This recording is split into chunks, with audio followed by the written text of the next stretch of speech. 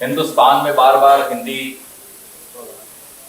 की चर्चा इस तरह से होती है जैसे कि वो कोई मेहमान है, और हिंदुस्तान में जिसकी खेती फलनी फूलनी चाहिए थी, जहां से गंगोत्री निकलनी चाहिए थी, या उसे मान भी लिया जाए, लेकिन हिंदी की धारा वैसी सूखती नजर आती जैसे देश में सरस्वती गायब है, और जो सरस्वतियां बह रही हैं उनमें भी रेत ज्यादा है, जल कम है। हमारी सदा नीरा नदियां जैसे सूख रही हैं, वैसे भाषा का प्रवाह भी धीरे धीरे अवरुद्ध हो रहा है। इसलिए शायद दुष्यंत कुमार जी ने कभी कहा कि यहां तक आते आते सूख जाती हैं कई नदियां, हमें मालूम है पानी कहां ठहरा हुआ। तो हिंदी के साथ संविधान बनने के बाद से उसे राज कृपाएं तो मिली, राज सिंहासन मिला, सत्ता मिली, उसे राजभाषा का दर्जा मिला, लेकिन जिसे कहा जाए कि कॉमन लिंगुआ फ्रैंका जो बननी चाहिए थी और लगभग है भी, उसे शासन प्रशासन में जिस तरह की उसको हिस्सेदारी मिली, उससे उसकी जटिलताएं थोड़ी बढ़ी। जैसा कि प्राय लोग कहते हैं, हिंदी के प्रोफेशन में मैं भी रहा हूं और हमारे जो भी विद्वान यहाँ पर हैं, तो पहले तो तारुफ ये हो जाए कि बहुत ही ललित और रम्य निबंध लिखने वाले सज्जनानंद जोशी जी यहाँ पर हैं। 2 किताबें पिछले दिनों मैंने पढ़ी और वे अच्छे कवि भी हैं, जो मालविका जी के साथ जो उनकी पत्नी हैं, अभी दाम्पत्य जीवन के कुछ खंड पूरे करने के बाद बहुत अच्छी कविताएं लिखी हैं। दोनों लोगों का वाचन बहुत प्रभावी है, यानी भाषा और हिंदी से इतनी गहरी संलग्नता रखने वाले। और अभी इनकी 2 लघु कहानियां कह सकते हैं, रम्य निबंध कह सकते हैं, पल भर की पहचान और कुछ अल्प विराम, ये निबंध आए। उन्हें पढ़ते हुए मुझे अमृत राय के निबंधों का संकलन रम्या याद आया।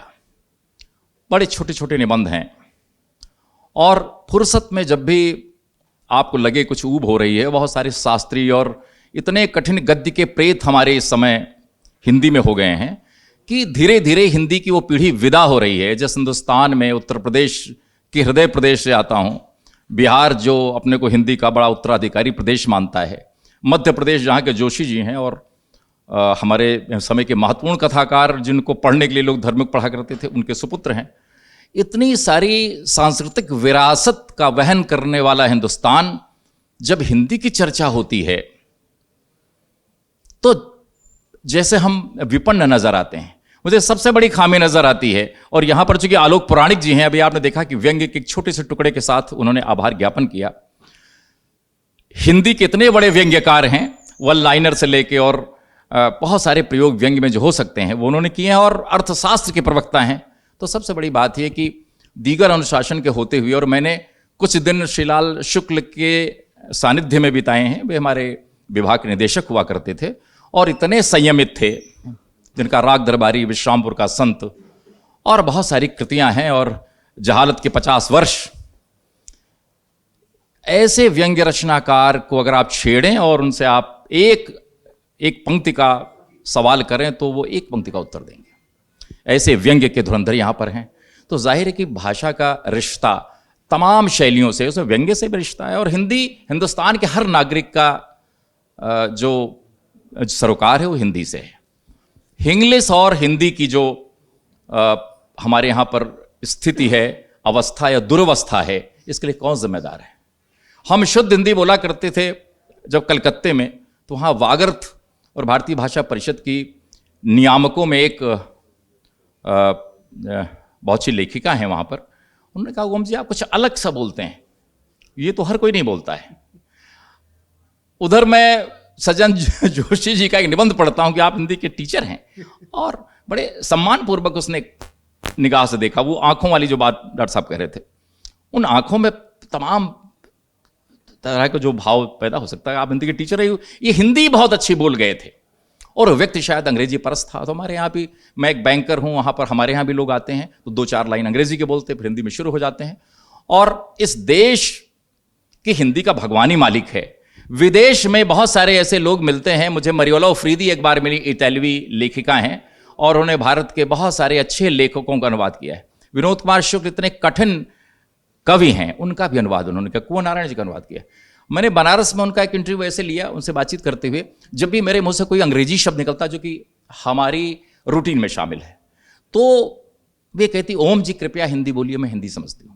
अंत में उन्होंने कहा मैं सुखदेव सिंह की शिष्या हूँ और मैं अच्छी तरह समझती हूँ, भोजपुरी भी समझती हूँ। तो ये अवस्था है। हेंज वर्नर वेस्लर जर्मन में है, उपसला यूनिवर्सिटी में पढ़ाते हैं, वे मेल भी सारी हिंदी में। एक बार भारत में टहलते घूमते आए तो मैंने बैंक में बुलाया कि भाई कुछ ये बोलेंगे तो बैंक वाले हिंदी का प्रयोग करेंगे। तो जिस हिंदी से जूझते हुए हम बड़े हुए हैं, हिंदी के अध्यापक, के अर्थशास्त्र के अध्यापक, संस्कृति कर्मी, रंग कर्मी और इस समय देश की जानी मानी संस्था INGCA इंदिरा गांधी कला केंद्र के जो धरोहर उनके उसके संरक्षक, यानी संस्कृति की इतनी गहरी जानकारी, वरिष्ठ पत्रकार, 2 पत्रकारिता विश्वविद्यालयों के कुलपति यहां पर हैं और सबके सरोकार भाषा से हैं। तो हिंदी राजभाषा होती हुई और अंग्रेजी 8वीं अनुसूची में न होती हुई भी, जिस तरह से हमारे यहां फिल्मों में भी अतिथि कलाकार होते हैं, तो वो थोड़ी देर होते हैं, उनकी कोई इतनी महत्ता नहीं होती। हमारे यहां पर अतिथि जो अंग्रेजी है वो तो बिल्कुल आसन जमा कर बैठ गई है। और बदले में शायद मैं पूछना चाहता हूं पहला ही सवाल कि ये जो हिंदी से इंग्लिश तक की यात्रा है, जिस सरलीकरण, जिस औपनिवेशिक, उत्तर औपनिवेशिकता की जो व्याधियां हैं, उनके वशीभूत हम हैं।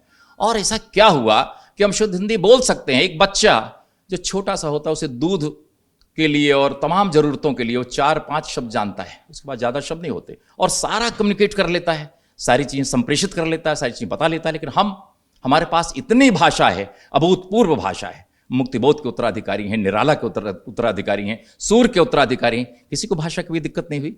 कभी इंग्लिश में नहीं गए, इंग्लिश हो तब भी। लेकिन अब मैं पूछना चाहता हूं जोशी साहब से, देश कितनी बड़ी संस्था से जुड़े हुए, पत्रकारिता से जुड़े हुए, जिसने आम आदमी की बात की हमेशा, और क्या हुआ कि अचानक हिंदी जो नई चाल में ढली, भारतीय हरिश्चंद्र से होकर आज जिस यात्रा पर उसे पहुंच जाना चाहिए था, अब नई हिंदी का एक शिगुफा चला है। नए लड़के जो उपन्यास लिख रहे हैं वो कहते हैं ये नई हिंदी है, आपकी पुरानी हिंदी सर्कुलेशन खो चुकी भाषा के आप उत्तराधिकारी हैं। ये बताएं कि कैसे हिंदी का जो शरण हुआ है, जो अपरदन हुआ है, वो इंग्लिश में जो अपना शरण ढूंढ रही है, उसका क्या गंतव्य है? जोशी साहब से मेरा सवाल है। बहुत बहुत धन्यवाद ओम निश्चल जी, आलोक जी और सभी सुनने वाले और देखने वाले सभी साथियों। आपने जो सवाल किया उसके पीछे सबसे बड़ी बात है कि हिंदी के साथ सब चलता है।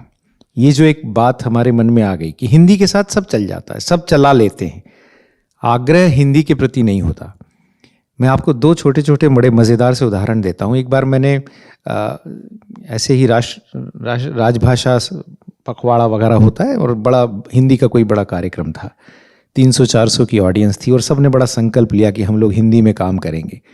हमने कहा हमारे अंदर जो, हमारे दिमाग में जो चीज़ें बैठी हैं वो कैसे हटेंगी। मैंने उनसे छोटा सा सवाल किया, आप ATM जाते और ATM में आपसे सवाल, ATM पूछता है कि आपकी भाषा का क्या प्रेफरेंस है, what is the preference of your language. आप में से कितने लोग हैं जो उसमें हिंदी दबाते हैं और कितने लोग हैं जो अंग्रेज़ी दबाते हैं। अब वो पूरे हॉल में 400-500 के हॉल में बामुश्किल 1 या 2 हाथ जिन्होंने कहा कि हम हिंदी दबाते हैं, वो भी पता नहीं किसी मजबूरी में ही कहा होगा, मैं समझ सकता हूँ। मैंने कहा अगर मैं हिंदी में 10,000 लिखूंगा और अंग्रेजी में 10,000 लिखूंगा तो पैसा बढ़ नहीं जाएगा, 10,000 ही रहने वाला है।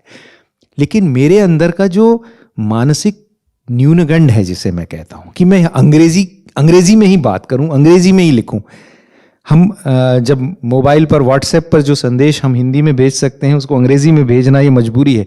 कई लोग अंग्रेजी में रोमन लिख के भेजते हैं, खासकर जो युवा बच्चे हैं आजकल, वो पूरी की पूरी स्क्रिप्ट जो है वो रोमन में लिखी जाती है। सारी फिल्मों में भी ये होता है, टेलीविजन सीरियल्स की, सारे हिंदी टेलीविजन सीरियल्स की जो स्क्रिप्ट है, हिंदी स्क्रिप्ट रोमन में लिखी जाती है। सब चलता है वाली जो बात है, उसके कारण कहीं ना कहीं दिक्कत हो रही है। ये जो आपने जिस हादसे का जिक्र किया, मेरे साथ हुआ, बड़ा रोचक सा हादसा था कि अगर आप किसी जगह जाते हैं और एक अच्छी हिंदी में बात करते हैं, साफ सुथरी हिंदी में बात करते हैं, शुद्ध हिंदी में बात करते हैं, तो सामने वाला कहता है आप तो बड़ी अच्छी हिंदी बोलते हैं, हिंदी के टीचर हैं क्या? क्या हिंदी अच्छी बोलने का मतलब हिंदी के टीचर होना तो नहीं है। भाषा के प्रति जो आग्रह होना चाहिए, और ये बात माफ़ करेंगे इस बात के लिए कि मैं अंग्रेज़ी की कहावत इस्तेमाल कर रहा हूँ, लेकिन मुझे करनी पड़ रही है। चैरिटी बिगिंस एट होम जो कहा जाता है, घर से शुरुआत होती। हमारा बच्चा हिंदी में बोल नहीं सकता, इस बारे में माता पिता अगर गर्व करें और अपने रिश्तेदारों को और मित्रों को बताए, he can't speak Hindi, you know, he doesn't understand Hindi. I tried to tell him, बेटा he is your mama but he doesn't understand। ये अगर आपके अंदर गर्व की अनुभूति देता है तो मुझे लगता है इससे अधिक शर्म की बात नहीं, डूब मरने वाली बात नहीं। तो जो संस्कार की बात है, और ये मैं सिर्फ हिंदी के प्रति नहीं कह रहा हूं, जो लोग हिंदी के प्रति इतने दुराग्रही हैं वो अंग्रेजी भी उतनी खराब बोलते हैं। दुर्भाग्य तो इस बात का है कि ना उनकी हिंदी अच्छी है, ना उनकी अंग्रेजी अच्छी है, ना उनकी उर्दू अच्छी है। ये भाषा की घालमेल जो है हम कैसे बर्दाश्त कर लेते हैं। जिस अल्प विराम मेरी किताब का जिक्र किया है, जिसके मूल में ही ये सारी बात थी, वो किताब ही मैंने इसलिए लिखी और उसकी प्रस्तावना में एक बात लिखी है जिसको मैं बार बार उद्धृत करता हूं और फिर करना चाहता हूं। मोबाइल ने हमको सुविधा दी कि आप हिंदी में टाइप करें या जैसे भी टाइप करें, कॉमा फुल स्टॉप गायब हो जाते हैं। हिज्जे हमारी भाषा के गायब हो गए। भाषाएं एक तरह से सतही सपाट होती चली जा रही हैं। सामने वाला कहता है फर्क क्या पड़ता है, आपको तो मतलब समझ में आ ही गया। मैं लिखता हूं तो मैं पे एक बिंदी आती है, पर अगर उसने मैं लिखा और मैं पे बिंदी नहीं लगाई, और मैं अगर सामने वाले से पूछता हूं कि भाई आपने मैं पे बिंदी क्यों नहीं लगाई, तो वो कहता है क्या फर्क पड़ता है, आपको तो मतलब समझ में आ गया ना, मैंने मैं कहा है। तो मैं उसे दूसरा उदाहरण देता हूं कि भाई मेरे, आपकी माँ घर में बिंदी लगाए रहती है। हाँ रहती है। किसी दिन अगर आपकी माँ घर में बिंदी ना लगाए तो आप कितने अस्वस्थ हो जाते हैं, कितना अटपटा लगता है। आप माँ से कहते हैं माँ तुमने बिंदी क्यों नहीं लगाई, तुम बिंदी लगाओ। तो अगर मैंने कहा आपकी माँ की बिंदी हटाई हुई आपको बर्दाश्त नहीं होती, तो हिंदी की बिंदी हटाने का आपको क्या हक है। और जब तक ये संवेदनशीलता हमारी भाषा में नहीं आएगी, तब तक हम भाषा की शुद्धता की बात नहीं कर सकते। इसलिए घर से और अपने आप से शुरुआत करें तो शायद बात आगे बढ़ेगी। इतना मैं इस वक्त कहना चाहता हूं। बहुत बहुत धन्यवाद। अभी जोशी जी की बातें सुनी, मुझे ये जरूर पूछना चाहिए उनसे, लेकिन ये सवाल उनसे होकर आलोक जी तक जाएगा, जैसे कि आलोक जी इतने साल से पत्रकारिता में रमे जमे हुए हैं। हिंदी की प्रगति और हिंदी की दुर्गति और हिंदी की तमाम अवस्थाओं से इनका गुजरना हुआ है, और व्यंग्य में थोड़ा सा विट और सीधी सच्ची सरलता से अलग राह अख्तियार, तभी शायद व्यंग्य का विस्फोट होता है। लेकिन जिस पत्रकारिता के मानक जोशी जी ने अपने ज़माने में तय किए, और हमारे यहाँ धुरंधर इतने पत्रकार रहे, जो भाषा वहाँ से चली, उस भाषा का आज ये जो स्तर हो गया कि मीडिया की कोई रोल या मीडिया की कोई जिम्मेदारी है हमारी भाषा को बिगाड़ने में, या सरलीकरण के नाम पर अंग्रेजी के तमाम शब्द उसमें डालने में। क्योंकि अगर अंग्रेजी है जिसमें कि फ्रेंच और जर्मन या दूसरे शब्द वे आभरण की तरह इस्तेमाल किए जाते हैं, अलग बात है। लेकिन जब हिंदी में अंग्रेजी के शब्द ज़्यादा आते हैं, दूसरे शब्द तो घुल मिल जाते हैं। हमारे यहाँ संविधान की प्रस्तावना थी 351वें अनुच्छेद में कि हिंदी का विकास कैसे किया जाएगा। हिंदी राजभाषा तो बन गई, तो कहते हैं कि मूलतः संस्कृत से गौड़तः अन्य भारतीय भाषाओं के सहकार से शब्द भंडार की वृद्धि की जाएगी। लेकिन वे सारे संकल्प विदा हो गए। तो पत्रकारिता ने जो रोल अदा किया, यहाँ अपने दिल्ली तो पत्रकारिता का गढ़ है, बहुत सारे अखबार निकलते हैं, आपने देखा होगा। लेकिन जब विद्यानिवास मिश्र थे तो नवभारत टाइम्स की हिंदी अलग थी। उनके विदा होते ही इस तरह की हिंदी जो हिंग्लिश है, और आजकल हिंग्लिश के बारे में आप सोचें तो इतने बड़े बड़े व्याख्यान दिए जा रहे हैं। भाषा का जो संकर, भाषा की जो ये संकर प्रजाति पैदा हो रही है, इसके पीछे कौन से तत्व जिम्मेदार हैं? क्या इसकी वाकई हिंदुस्तान को जरूरत है, या यह भी एक हिंदी या अंग्रेजी के बाद एक तीसरा विकल्प है जो कि हम अपनाने के बाध्य होंगे? मैं ये पुराणिक साहब से पूछना चाहता हूं, चूंकि व्यंग्यकार ही उस पूरी सतह को भेद कर उस नेपथ्य की चर्चा में कुछ बात कह सकता है। दरअसल इसके पीछे मुझे 3 वजह बहुत साफ दिखाई पड़ती है। तो भाषा का अर्थशास्त्र होता है। मैं आपको बताऊं अर्थशास्त्र क्या होता है। सबसे ज़्यादा बिकने वाला हिंदी का अखबार उतना नहीं कमा पाता विज्ञापन के मामले में जितना उससे आधा या चौथाई बिकने वाला इंग्लिश का अखबार कमा लेता है। इंग्लिश के अखबार में 29 लाख की कार का ऐड आता है, हिंदी के अखबार में गमछे और पान मसाले का ऐड आता है। इस गणित को आपको समझना पड़ेगा। और जो मीडिया का मालिक है वो आपकी या मेरी तरह भाषा शास्त्री नहीं है, वो दिन के खत्म होने के बाद गिनता है कितनी रकम कहाँ से आई। और मुझे बहुत पक्की तौर पे, प्रामाणिक तौर पे पता है कि बड़े मीडिया हाउसेस ने ये सुनिश्चित किया है अपने सीनियर हिंदी के जर्नलिस्ट से कि भाई आप इंग्लिश का कंटेंट बढ़ाइए अपने राइटिंग में, अपनी रिपोर्ट्स में। इंग्लिश जाते ही आप थोड़े से अपर साइड के हो जाते हैं, थोड़ा सा आपको मनाया जाए, थोड़ा सा आपका अप मार्केट हो गया। हिंदी आप जो बात कर रहे हैं, हिंदी बहुत अच्छी बात है, लेकिन हिंदी को एक भद्र समाज में, इकोनॉमिकली इलीट समाज में बहुत इकोनॉमिकली अप मार्केट नहीं माना जाता। इसका रिजल्ट क्या है? इंटरटेनमेंट जितना आप देख लेंगे टेलीविजन सीरियल्स में, इसमें एक भी टॉप का सीरियल अंग्रेजी का नहीं है, सारे हिंदी के हैं। हमें मनोरंजन सारा हिंदी का करना है। भानगढ़ किले के भूत की रिपोर्ट हम हिंदी चैनल पे देखते हैं, अंग्रेजी चैनल में नहीं मिलेगी आपको। सास भी कभी बहू की टाइप सीरियल्स आपको हिंदी में मिलेंगे। हिंदी मूलतः मनोरंजन की और संवाद की भाषा के तौर पर स्थापित मान ली गई है। विचार जितना होना है, विचार साहब ये काम अंग्रेजी वालों का, इसमें आप दखल ना दें। हिंदी के अखबारों में आप अगर गंभीर लेख लिखने जाएं तो वो कहेंगे साहब ये तो अंग्रेजी में वो लिखते हैं, हम उनका अनुवाद करा लेते हैं। अभी मीडिया का मामला तो हो गया इकोनॉमिक्स का। इकोनॉमिक्स का मामला मैं दूसरा बताता हूँ आपको। मेरी छोटी बच्ची, मुझे स्कूल में बुलाया गया, कहा गया कि आप तय कर लें कि आपको फ्रेंच पढ़नी है बच्ची को या जर्मन पढ़नी है, और फ्रेंच जर्मन पढ़ेंगे तो आपकी बच्ची को हम फ्रांस ले जाएंगे, जर्मनी ले जाएंगे। मैंने कहा मेरी बच्ची को उर्दू पढ़नी है, ये बच्ची यहीं रहने वाली है भारत में, हिंदी में पढ़ा दूंगा, उर्दू आप पढ़ा दीजिए। तो उन्होंने कहा कि उर्दू पढ़ा के क्या हम पाकिस्तान ले जाएंगे उसको? उनका मामला ये था कि इकोनॉमिक्स हमारी वर्कआउट उर्दू के साथ नहीं करती। मैंने कहा एक काम करो, मराठी पढ़ा दो, बम्बई ले जाओ। बोले उससे मतलब नहीं है। फिर मुझे गणित समझ में आया कि फ्रेंच और जर्मन इसलिए पढ़ा रहे हैं वो कि 1.5-2 लाख मुझसे लेंगे, वो मेरी बच्ची को घुमाने ले जाएंगे। और अब मेरी बच्ची फ्रेंच पढ़ रही है, अभी फ्रेंच पढ़ रही है तो अब उसको आप एक साथ 4 भाषाएं नहीं पढ़ा सकते। तो हिंदी के जो शिक्षा का ताल्लुक है, हिंदी की जो मीडिया का ताल्लुक है, और कुल मिला के आखिर में बात फिर ये आती है कि हिंदी वर्सेस इंग्लिश की डिबेट अगर आप खड़ी करेंगे तो उसमें कई अव्यावहारिकताएं हो जाती हैं। जैसे मैं कॉमर्स का टीचर, पूरा मीडियम ऑफ टीचिंग मेरा इंग्लिश का, सारे आर्टिकल एकेडमिक इंग्लिश के, हिंदी में मैं लिखता हूँ। लेकिन अगर मेरे सामने ये बंदिश कर दी जाए कि आलोक जी आप हिंदी वाले हो तो इसमें नहीं आओगे, उसमें हो तो उसमें नहीं आओगे, तो बहुत दिक्कतें हो जाएंगी। मैं तो इसका सॉल्यूशन दूसरा निकालता हूँ। अंग्रेजी को भी भारतीय लोक भाषा मान लेना चाहिए। भोजपुरी अवधी अंग्रेजी भी है, और ऐसा मेरा पूरा भरोसा है कि जिस गति से हमारी पॉपुलेशन बढ़ रही है, एक दिन हम हिंदी को विश्व स्तर पर लेके जाएंगे। और चूंकि मीडिया इन्फ्लुएंस कर रहा है अब, इसलिए मानक भी, ओम जी बुरा ना माने, बदल गए हैं पूरे। मेरी छोटी बेटी ने मुझसे कहा कि वहां गुप्ता जी आ रखे हैं, ये सही वाक्य है। मैंने कहा आ रखे हैं गलत वाक्य है, आ गए हैं सही वाक्य। उसने कहा मानक हिंदी कहाँ होती है? मैंने कहा रेडियो पे होती है।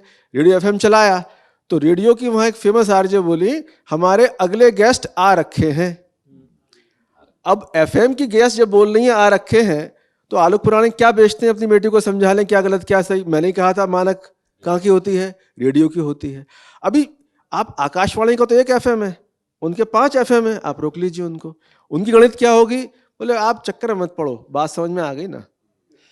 मुझे ऐसा लगता है कि जोशी जी को, ओम जी को, मुझको या सब लोगों को गंभीर प्रयास इसलिए करना पड़ेगा कि हिंदी को आप कुछ ग्लैमरस बनाएं, हिंदी में आप किसी बड़े स्टार को लाके बुलवाएं। क्योंकि नई जनरेशन में, आपको खतरा बता रहा हूँ, नई जनरेशन जो है अभी जिनकी उम्र 8 से 16 साल की है, वो हिंदी का ना तो अखबार पढ़ रही, सिर्फ हिंदी के वो पॉप गाने जरूर सुन लेती है जो आधे हिंदी, आधे अंग्रेजी, आधे पंजाबी हैं।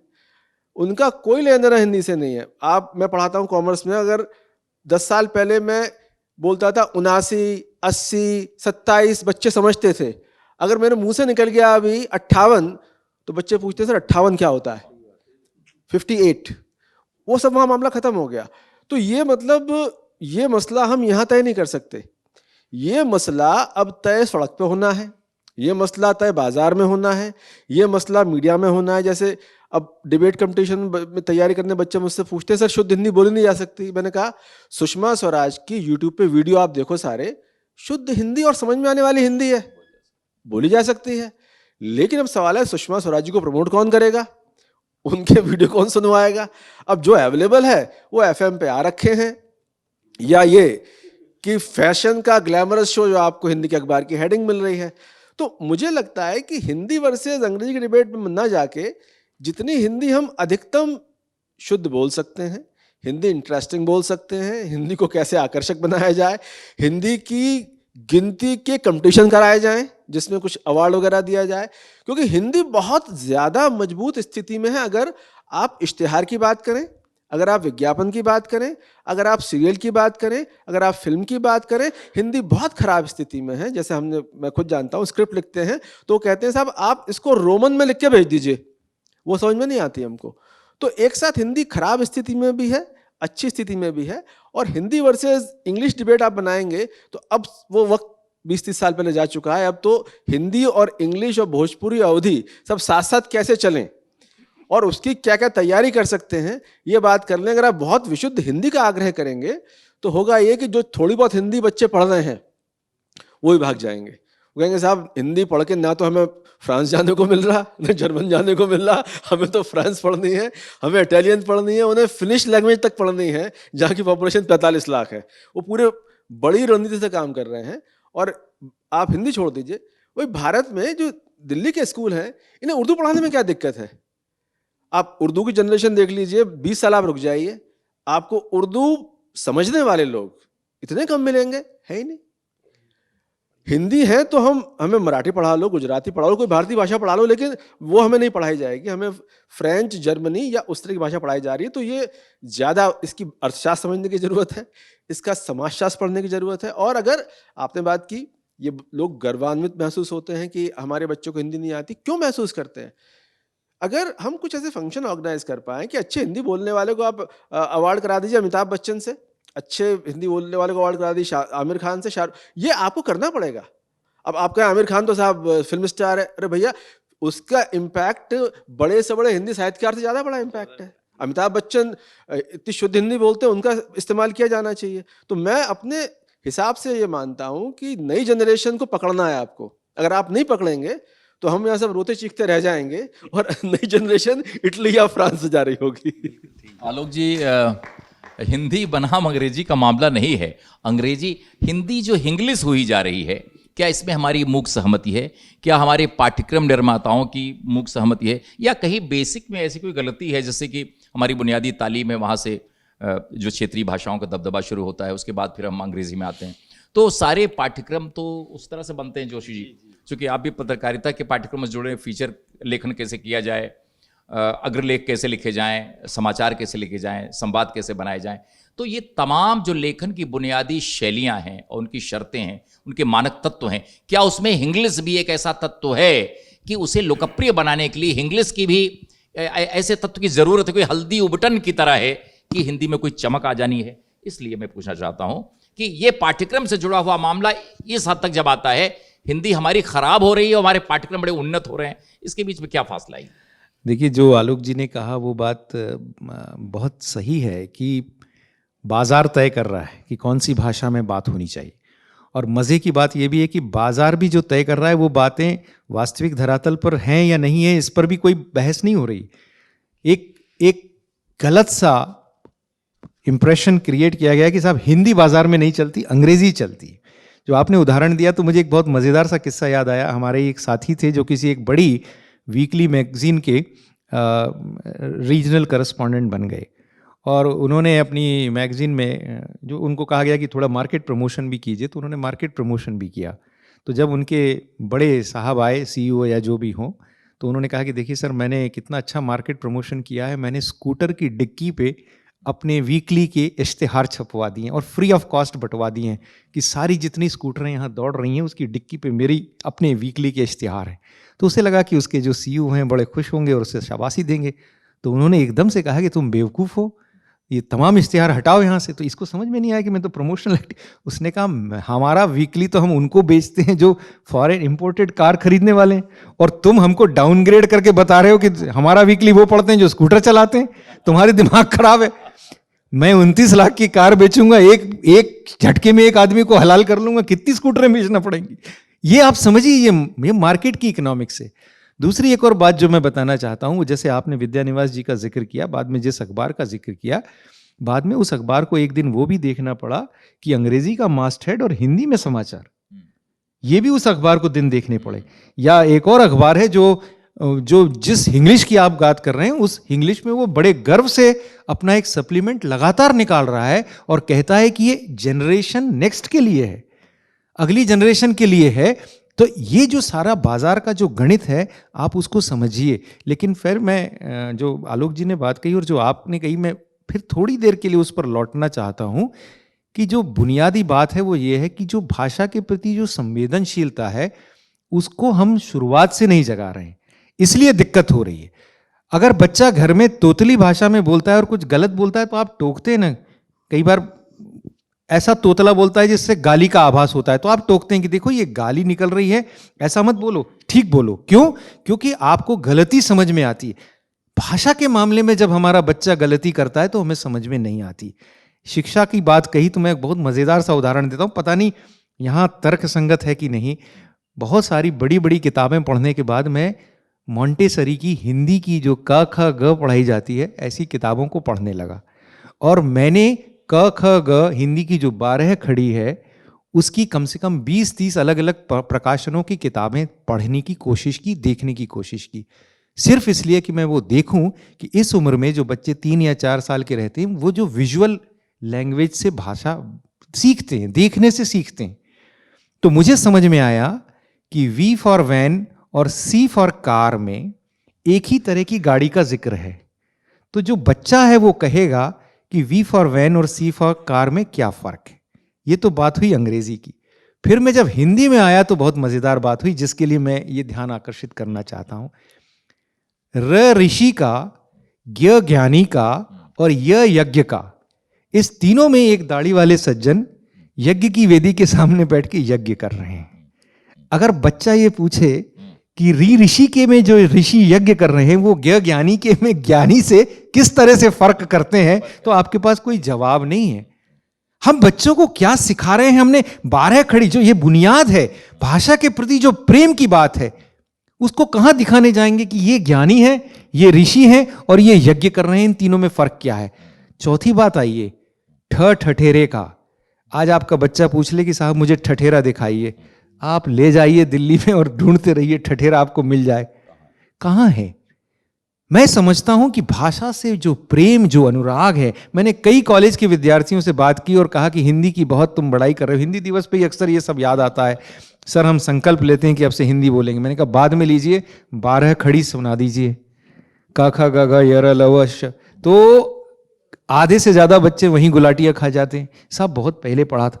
दिक्कत क्या है? ABCD सबको याद है, अल्फाबेट सबको याद है।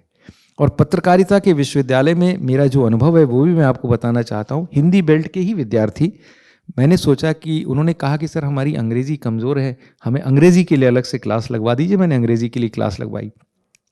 जो साहब अंग्रेजी की क्लास रह रहे थे उन्होंने कहा कि साहब जब मैं अनुवाद करता हूँ तो मुझे महसूस होता है कि इनकी हिंदी भी उतनी ख़राब है, तो बेहतर ये है कि आप इनकी हिंदी की भी क्लास लगवा दीजिए। लेकिन हमारे अंदर जो हिंदी का अहंकार है वो इतना ज़्यादा है कि हम हिंदी की क्लास हमने लगाई, 100 में से 5 बच्चे नहीं आए, ये सोचते हुए कि हमारी हिंदी तो बहुत अच्छी है साहब, हमें हिंदी सीखने की कोई ज़रूरत नहीं। अगर हिंदी के कोई टीचर बैठ जाए और उनकी एक पेज की किताब लिखी हुई उसको जांचेंगे तो 100 गोले लाल लाल लगा देंगे। तो मेरा कहना क्या है, मैं बार बार कह रहा हूं, मैं भाषा की मिलौनी में भी कोई आग्रह नहीं है, पर कोई कहे कि साहब हमारी मैरिज यूनिवर्सिटी हो गई थी, अब आप इसको क्या कीजिएगा साहब? वो बड़े गर्व से कहते हैं हमारी मैरिज यूनिवर्सिटी हो गई थी। अखबार लिखता है यूनिवर्सिटी के एनुअल फंक्शन को स्टूडेंट्स ने बहुत एंजॉय किया, ये अखबार की हेडलाइन है। हमें कहा जाता है ये मार्केटेबल है। जितने शब्दों में यूनिवर्सिटी, जितने अक्षरों में यूनिवर्सिटी लिख सकते हैं उतने ही शब्दों में विश्वविद्यालय लिख सकते हैं। और मैं समझता हूं कि लोग समझ पाएंगे यूनिवर्सिटी का मतलब भी और विश्वविद्यालय का मतलब भी। थोड़ा सा भाषा के प्रति संवेदनशील होने का पीड़ा होती है, बहुत पीड़ा होती है जब लोग गलत भाषा का इस्तेमाल करते हैं, गलत जगह पर गलत शब्दों का इस्तेमाल करते हैं और उसमें गर्व महसूस करते हैं कि मुझे अच्छी हिंदी बोलना नहीं आता। उसमें मुझे शर्म है, उसमें मुझे तकलीफ है। जी, जोशी साहब ने अपने अनुभव शेयर किए, लेकिन मैं एक अनुभव शेयर करना चाहता हूं कि एक वित्तीय संस्थान में काम करते हुए हमें भी हिंदी का प्रचार प्रसार कैसे किया जाए, ट्रांसलेशन कैसे किया जाए, सहज भाषा में कैसे हो। हमारे एक क्लास फेलो राहुल देव अक्सर हमसे मिलते हुए कहते यार कैसे ये सब ऐसे फार्मूले बना देते हैं आप लोग, फॉर्म बना देते हैं, वो लोगों की समझ में नहीं आते। मैंने कहा ये ADB 42 ले लीजिए, हमारा कॉन्ट्रैक्ट वो है, और हम जो अनुबंध करते हैं अपने ऋणकर्ता के साथ, जरा इसको अनुवाद कर दें। वो एक ही पंक्ति का है, 3 पैराग्राफ में पूरे 4-5 पेज के जो हमारे कॉन्ट्रैक्चुअल रेगुलेशंस हैं जो वो हैं, और वो जाहिर है कि उसकी जो भाषा है वो अनुवादक को भी समझ में नहीं आती। अगर हम कहें कि हाइपोथेकेशन को इसी में ये सब इन्वॉल्व है कि हिंदी का बेहतरीकरण, हिंदी का सरलीकरण, हिंदी पर कामकाजी भाषा का दबाव, हम कहते कि हिंदी आप इस्तेमाल तो करें, हिंदी में आप हिचके नहीं, तो उसका असर ये होता है कि हम कभी कभी कहते हैं हाइपोथेकेशन को दृष्टिबंधक न कह के आप हाइपोथेकेशन कहें, लेकिन आप लिखें हिंदी की वाक्य रचना में आप कामकाजी भाषा का इस्तेमाल करें, बिल्कुल डिक्शनरी न देखें। इसका परिणाम ये हुआ कि कामकाजी भाषा का स्तर भी उतना उन्नत नहीं हुआ। मैं ये बात बताना चाहता हूं कि गांव के लेवल पर मैंने देखा है कि जब तक अंग्रेजी का इतना प्रभाव नहीं था, अंग्रेजी का प्रभाव तो मीडिया के थ्रू, अखबार के थ्रू, सबके थ्रू है, और तब तक गांव के लोग, जैसे शुद्ध गुड़ गांव में मिलेगा, शुद्ध दूध शायद वहीं मिले, या ऐसे नारियल के भीतर ही शुद्ध पानी है, पानी कहाँ शुद्ध है। तो शुद्धता का जो बोध है, जो देशज गंवई बोध है, वो जो इतने ग्रामीण भारत में है, जहाँ की अभी उतना भाषा में इतनी मिलावट नहीं है राम तेरी गंगा मैली की तरह। तो ये बताएं कि जिस भाषा से होते हुए हम यहाँ तक पहुँचे हैं, बाजार हम पर इतना आक्रामक है, औपनिवेशिकता की आदत हमने डाल ली है कि हम अंग्रेजी में हमारा भविष्य है तो है। लेकिन मेरे कहने का मतलब कि इतनी सारी शिक्षण संस्थाएं, इतनी सारी हिंदी एकेडमियाँ, इतनी सारी भाषा एकेडमियाँ, ये क्या कर रही हैं? बाजार के दबाव के बिना भी कुछ प्रजातियां रह रही ना। मुझे मेरे जंगल और वीराने दो, ये कोनारायण कह सकते थे आदिवासियों की जबान में कि हमें इतना सभ्य मत करो। लेकिन हम ये जो जरूरत पैदा कर रहे हैं, हिंदी में कितनी इंग्लिश मिलाई जाए, कितनी दीगर भारतीय भाषाएं मिलाई जाएं, ये सच है कि स्वर्णाभूषण, कोई भी आभूषण सोने में जितना पीतल मिलाया जाएगा तभी उसमें चमक आती है। खास भाषा में भी मिलावट हो, अगर उर्दू हो, ये सब हो, तो उससे एक रवानगी पैदा होती है। लेकिन कितना मिलाया जाए, क्या इतना मिलाया जाए जैसा अभी वाक्य आपने कहा है? तो ये जो है इसकी कोई रेगुलेटरी अथॉरिटी नहीं हो सकती भाषा की। भाषा तो हर आदमी अपने खराद पर तैयार कर रहा है, ठठेर उधर बना रहा है, कोई बुनकर उधर बुन रहा, कोई कबीर अपनी भाषा तैयार कर रहा। भाषा तो ऐसे ही बनती है। लेकिन ये बताएं कि आलोक जी, आप तो चूंकि अर्थशास्त्र की भाषा में अपने शोध प्रपत्र भी लिखते हैं, शोध प्रपत्र पढ़ते भी हैं, और सच है कि अंग्रेजी को यह माना गया कि विचार की एकमात्र भाषा है, प्रामाणिक भाषा है, वैध भाषा है, विश्वसनीय भाषा है। लेकिन क्या हिंदी में हमने इतने अच्छे अनुवादक तैयार किए? हिंदी की स्किल को हमने किस तरह से डेवलप किया कि आज पत्रकारिता में भी बहुत सारे योग्य लोग सड़क पर हैं, उनकी कोई डिमांड इसलिए नहीं हिंदी पत्रकारों की, और हिंदी पत्रकारिता 4, 5, 10 पेजेस में सिमट जाती है। तो हिंदी का इतना बड़ा मरकज होते हुए भी हिंदुस्तान में विदेश के लोग भी आते हैं हिंदी की इतनी तमाम संस्थाओं के बीच में, इतने सारे कोश, डॉक्टर रघुवीर ऐसे कोशकार थे जिन्होंने ये संकल्प लिया कि किसी भी अंग्रेजी शब्द का वे प्रतिरूप देंगे। तो क्या किया? नहर के लिए उन्होंने कुल्या इस्तेमाल किया जो संस्कृत का है, सड़क के लिए रथ्या इस्तेमाल किया जिस पर रथ चला करते थे। लेकिन इस सड़क पर तमाम प्रकार के वाहन चलते हैं, बैलगाड़ी भी तमाम, केवल रथ नहीं चलते। रथ्या, कुल्या, एक हिंदुस्तानी प्रजाति भी आई जिन्होंने भाषा को संस्कारित करने का काम किया। उसने कहा चेयरमैन को साहब मसनदी कहेंगे, वो जच्चा बच्चा घर कहेंगे, प्रसूति गृह जब्त की, या अनिश्चितकालीन हड़ताल जब चल चुका था तब जनसत्ता बेमुद्दत हड़ताल चला रहा था, वे भाषा को और सरलीकृत कर रहे थे। तो मेरे कहने का मतलब है कि ये जो भाषा को बेहतर बनाने की जिम्मेदारी है, बाजार के अनुरूप भी और कॉमन लिंगुआ फ्रैंका के रूप में भी, ग्लोबल लिंगुआ फ्रैंका के रूप में, क्या अंग्रेजी और दूसरी भाषाएं इतनी मटमैली हुई हैं, इतनी मिलावटग्रस्त हुई हैं, जैसे कि हिंदी, या हिंदी के सामने जो खतरे मौजूद हैं विपन्नता के, न अनुवादक हैं, न भाषाकार हैं, न शैलीकार हैं। आज भी हमारे यहाँ बहुत बड़े आलोचक, समीक्षक काव्य संग्रह कहते हैं, उन्हें पता ही नहीं कि काव्य संग्रह नहीं होता।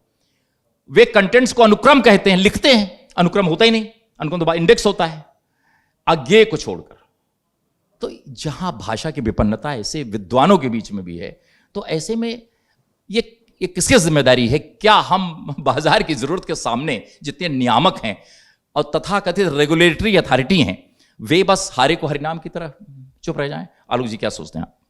देखिए, इंग्लिश को अगर आप देखें तो ऑफिस में जाएं, माइक्रोसॉफ्ट ऑफिस में जाएं, तो अंग्रेजी कोई 11-12 तरह की अंग्रेजी बताई जाती है।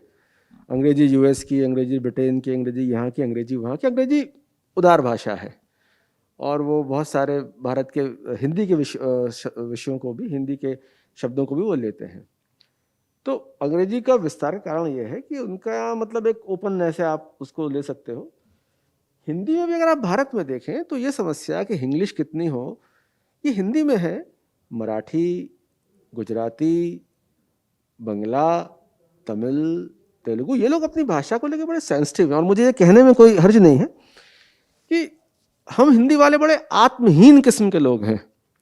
अपनी सभ्यता, अपनी संस्कृति, अपनी भाषा पे कोई गर्व नहीं बल्कि शर्म की अनुभूति करते हैं। मराठी परिवारों में, मराठी परिवार मैं जानता हूँ कई सारे सेटल हो गए वॉशिंगटन में, कैलिफोर्निया में, लेकिन घर पे मराठी बोलते हैं वो, और इस बात में गर्वानुभूति नहीं शर्मानुभूति करते हैं कि अगर उनका बच्चा मराठी नहीं जानता। ये बात मैं बंगला के बारे में भी जानता हूँ, मगर ये आपको टिपिकल हिंदी में मिलेगा कि हमारा बच्चा हिंदी नहीं जानता, इसको लेकर शर्म ना होकर गर्व हो। तो ये अब हम आत्महीन और दलिद्र टाइप के लोग हैं हिंदी वाले। जो सबसे बड़ा भारत का प्रदेश है जिसमें आप मध्य प्रदेश, राजस्थान, दिल्ली और उत्तर प्रदेश, झारखंड, हरियाणा को मान लें, तो ये इस वैचारिक दलिद्र को दूर कैसे किया जाए कि अपनी भाषा से थोड़ा सा हम लगाव रखें, थोड़ा सा हम इसकी परिणति क्या होती है कि जिसे हम मानते हैं कि महान साहित्यकार हैं, 1000 लोग नहीं जानते उनको। इसी दिल्ली में हम खबर सुनते हैं कि महानतम साहित्यकार, साहित्य अकादमी विनर, ये विनर, वो विनर, और उनकी अंत्येष्टि में गिन के 5 लोग पहुंचे। तो ये ऐसा संभव कैसे? ऐसा मराठी में नहीं होता, ऐसा बंगला में नहीं होता। तो ये सिर्फ सवाल भाषा का नहीं है, ये भाषा हमारे समाज का सवाल है। हमारे समाज में, हिंदी समाज में अपने को लेके मतलब एक ये है कि हम बहुत बेवकूफ़ टाइप के लोग हैं, चिरकुट टाइप के लोग हैं। अब कैसे हमें आगे जाना है तो अंग्रेजी बोलो, सबसे आसान रास्ता अंग्रेजी बोलने का है, तो अंग्रेजी बोलना शुरू कर दिया हमने। तो ये सिर्फ भाषा से और बड़ा मसला है सर, ये समाज का मामला है। हिंदी वहाँ गौरवान्वित हो, हिंदी के स्टार्स को हम वहाँ गौरवान्वित करें, हिंदी के लेखक को आप यहाँ सम्मानित कर रहे हो, हिंदी के लेखक को अगर अगले साल रामलीलाएं हो तो वहाँ सम्मानित हो, और हिंदी का लेखक भी जन भाषा में, जन के बीच जाने में गर्व की महसूस करे। अभी दिक्कत दूसरी हो गई, हिंदी में कविता की 2 धाराएं हो गई हैं, एक लोकप्रिय और एक वो अपनी क्लासिक। अब जैसे आप क्लासिक मान लो, उसको 50 सुनने वाले नहीं है, और लोकप्रिय को लाखों सुनने वाले हैं। लोकप्रिय वाला उसको गाली बकता है, उसको गाली बकता है। तो अब ये बड़े पेचीदा मसले हैं। ये उर्दू में नहीं है, उर्दू में जो लोकप्रिय है वो क्लासिक भी है, बशीर बद्र क्लासिक भी है, लोकप्रिय है, मीर क्लासिक भी है, लोकप्रिय है। हमारे यहाँ लोकप्रिय अलग है, क्लासिक अलग है। तो ये मसला मतलब बड़ा बहुस्तरीय मसला है। और मेरे हिसाब से हिंदी का जो वैचारिक दलिद्र है वो तब दूर होगा जब हिंदी के हम अपने स्टार क्रिएट करेंगे, स्टार बनाएंगे, सम्मानित करेंगे और उनको समाज के सामने स्थापित करेंगे। और हिंदी साहित्य के साथ तो बिल्कुल नहीं हो रहा। हिंदी का महानतम साहित्यकार भी अपने मोहल्ले में 50 लोगों द्वारा समादृत नहीं होता। ये बात मैं बतौर हिंदी राइटर जानता हूँ, तो मुझे इसको कहने में कोई शर्म नहीं है कि हिंदी का वैचारिक दलिद्र बहुत गहरा है, उसको लेके बहुत काम करने की जरूरत है। और जो काम सिर्फ साहित्य की परिधि में नहीं हो सकता, उसके लिए आपको समाजशास्त्र, अर्थशास्त्र मनोविज्ञान सब कुछ समझना पड़ेगा। बहुत सही कह रहे हैं। मैं तो कुछ दिनों मुझे भी कोलकाता में रहने का सौभाग्य मिला। मुझे लगता है हिंदी में जितनी मिलावट देखने में आती है उतनी बांग्ला में कहीं नहीं दिखती। वे बांग्ला में अभी भी उसी तरह से संस्कृत निष्ठ बांग्ला जो लगती है और वो समझ में आती है। इसी हिंदुस्तान में जब मेगा सीरियल्स निकले, महाभारत, रामायण, और जिनकी हिंदी बहुत ही टकसाली हिंदी थी और उसको लिखने वाले भी ऐसे लोग थे, उन्हें कोई कठिनाई नहीं हुई, तब सड़कें सुनी हो जाती थी। मुझे लगता है कि आज भी अगर वे होती हैं तो बहुत सारी अधिकांश जनता जो उस तरह के सीरियल पसंद करती है, चूंकि हमारा तो पूरा मिथकों का देश है। सीरियल्स बने तो मिथक इतने अनंत हैं कि कभी खत्म ना हो, और उनकी भाषा वही होगी उसी तरह की भाषा शैली में। तो ये सब कहीं ऐसा तो नहीं है कि हिंदुस्तान में जो हिंदी नागरिक है, हिंदी माने हिंदी बोलने वाला, उसके अंदर कहीं सांस्कृतिक रूप से जो ये दारिद्र्य की बात कर रहे हैं, अपनी संस्कृति के प्रति क्या डिटैचमेंट है, क्या मतलब ये जो सभ्यता का जो आवरण हमारे ऊपर चढ़ रहा है, जिसे हम ओढ़ रहे हैं, और उस नकली आवरण को हम अपना आवरण मान रहे हैं, इसके पीछे क्या है? ये सांस्कृतिक रूप से हम क्या इतने आत्महीन होते जा रहे हैं, या सांस्कृतिक रूप से जो समुच्चता या जो समुन्नयन बांग्ला में है, असमिया में है। अशोक बाजपेयी जी ने कभी एक कॉलम लिखा कि वहां पर हिंदी की सभाएं होती हैं तो इतनी भीड़ होती है, और कोलकाता में मैंने देखा कि इंजीनियर्स या तमाम पेशे के लोग, उनकी कविता वृत्ति में इतने लोग शामिल होते हैं, उत्सव मनाते हैं। तो क्या ये उत्सवता, ये संस्कृत निष्ठता, वो तथाकथित राजनीतिक संस्कृत निष्ठता नहीं, वो क्या हमारे भीतर से गायब हो रही है? क्या हमारे भीतर से हम गायब हो रहे हैं? वो हिंदीपन गायब हो रहा है, हिंदुस्तानीपन गायब, क्या हो रहा है ये जोशी? नहीं, मुझे लगता है संस्कृति की बात तो नहीं है, क्योंकि लोगों के अंदर अभी भी संस्कृति को लेकर या अपनी परंपरा को लेकर, अपने मिथकों को लेकर, अपनी आख्यायिकाओं को लेकर अभी भी संवेदना है, और बहुत ही संतोषजनक संवेदना है। जो गलती हुई वो ये हुई, आलोक जी ने भी उस बात की तरफ इशारा किया, और मुझे भी लगता है उसको समझना चाहिए। हमें भाषा और साहित्य को पहले तो अलग करना चाहिए। हमारी सबसे बड़ी दुविधा यह है कि वही लोग हिंदी का काम करते हैं जो लोग साहित्य का काम करते हैं, और फिर हम कहते हैं कि अगर आपकी हिंदी अच्छी होना चाहिए मतलब साहित्य बिल्कुल अलग चीज़ है। साहित्य सृजन बिल्कुल अलग बात है, भाषा जो है वो बिल्कुल अलग बात है। आपने थोड़ी देर पहले जो अकादमियों की बात की थी, कितने वर्ष हो, मैं किसी अकादमी की बात नहीं कर रहा हूं, पर कितने वर्ष हो गए कि हिंदी की जो मानक बात, जैसे आपकी बेटी ने जो सवाल किया, तो हिंदी की एक मानक कोश, हिंदी की एक मानक शब्दावली, आप अंग्रेजी की बात करते हैं, ऑक्सफोर्ड डिक्शनरी में हर साल कितनी भाषाओं के कितने नए शब्द जुड़ते हैं, बाकायदा वो आपको शाम तक उसका डिटेल देते हैं साल के आखिर में कि इस साल ये इतने शब्द ऑक्सफोर्ड यूनिवर्सिटी में अंग्रेजी ने इस भाषा से लिए। हिंदी में हम ऐसी प्रामाणिक डिक्शनरी नहीं ढूंढ पा रहे हैं जो प्रामाणिक डिक्शनरी अभी कहे कि साहब साल के आखिर में हिंदी भाषा में इतने शब्द। ये किसकी जवाबदारी है? इसके लिए इतने सारे अकादमियां और इतनी सारी इंस्टीट्यूशंस काम करने के बावजूद हिंदी के एक मानक ग्लॉसरी नहीं बनती। अरविंद कुमार जी ने इतना बड़ा काम किया, मेरे ख्याल से बहुत कम लोगों की नजर में आया वो इतना बड़ा काम उन्होंने किया ग्लॉसरी बनाने का। तो ये जो सारे काम हैं, इसके ऊपर बहुत ज्यादा ध्यान देने की जरूरत है। वो अगर ध्यान देंगे तो मेरे ख्याल से चीजें ठीक हो जाना चाहिए। बहुत सार्थक चर्चा हुई, लेकिन हर चर्चा पूरा क्षितिज जाती, वैचारिक क्षितिज, बहुत सारे संकोच, बहुत सारी आत्म टूटन, आत्महीनताएं, तमाम सवाल इसके बीच में आते हैं। और मुझे लगता है कि अपने जो पाप पुण्य जो भी किया पूरे मन से, रामानाथ जी की जो पंक्ति है, शायद पूरे मन से हम कोई काम नहीं करते। मैं जानता हूं कि ऐसी एक अकादमी से जुड़कर मैं भी एक तत्सम शब्दकोश में शामिल रहा हूं। डॉक्टर नगेन जी हमारे परामर्शक थे, हमने शब्दकोश बहुत बनाए, लेकिन वो मद्दाह की डिक्शनरी ही कितने लोगों ने पढ़ी है? बहुत सारी डिक्शनरियां धूल खा रही हैं, जैसे पुस्तकालय बिल्कुल सन्नाटे में है, एक नीरवता व्याप्त है, पढ़ने पढ़ाने का कल्चर तो खत्म हो रहा है। अब दूसरे जो माध्यम है, डिजिटल सोशल मीडियम, उसने छेक ली है हमारी पूरी धरती, हमारे मन की धरती, हमारे ज्ञान विज्ञान की धरती। इस चर्चा को बहुत ही सार्थक बनाने के लिए श्री सज्जन जोशी जी हमारे बीच रहे, और आलोक पुराणिक जी, दोनों अपने क्षेत्र के दिग्गज, और मैं जैसे कहते हैं कि दो के बीच में जो हमारी सदगति है वो यही है। तो मुझे लगता है फिर भी ऐसे भाषाकार, ऐसे संस्कृति कर्मी हमारे बीच में रहें और फिर से एक ऐसी हिंदुस्तान में हिंदी भाषा उस तरह से हो कि जो जनता की जरूरत भी पूरी करे, ज्ञान विज्ञान के लिए भी वो उन्नत हो सके। क्योंकि अभी भी उच्चतर कक्षाओं में हिंदी के पाठ्यक्रम तो तैयार होते हैं, लेकिन वो सफल नहीं हुए हैं।